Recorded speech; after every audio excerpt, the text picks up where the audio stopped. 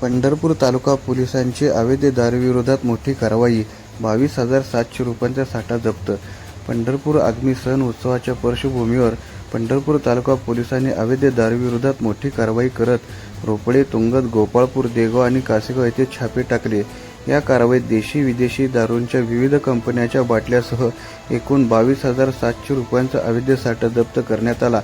या प्रकरणी 5 आरोपींविरुद्ध मुंबई दारूबंदी कायदा कलम 65 अन्वये गुन्हा दाखल करण्यात आला असून पुढील कारवाई सुरू आहे. ही कारवाई पोलीस अधीक्षक अतुल कुलकर्णी, अप्पर पोलीस अधीक्षक प्रीतम यावलकर आणि सहाय्यक पोलीस अधीक्षक प्रशांत डगळे यांच्या मार्गदर्शनाखाली पार पडली. कारवाईत वरिष्ठ पोलीस निरीक्षक TY मुजावर, सहाय्यक पोलीस निरीक्षक शहाजी गोसावी, सहाय्यक पोलीस निरीक्षक सोनावणे, पोलीस उपनिरीक्षक विक्रम वडणे, पोलीस हवालदार सुहास देशमुख, पोलीस कर्मचारी सागर गवळी, पोलीस कर्मचारी विजयकुमार आवटी तसेच चालक पोलीस कॉन्स्टेबल गोडसे यांच्या पथकाने ही कारवाई यशस्वीरित्या पार पाडली.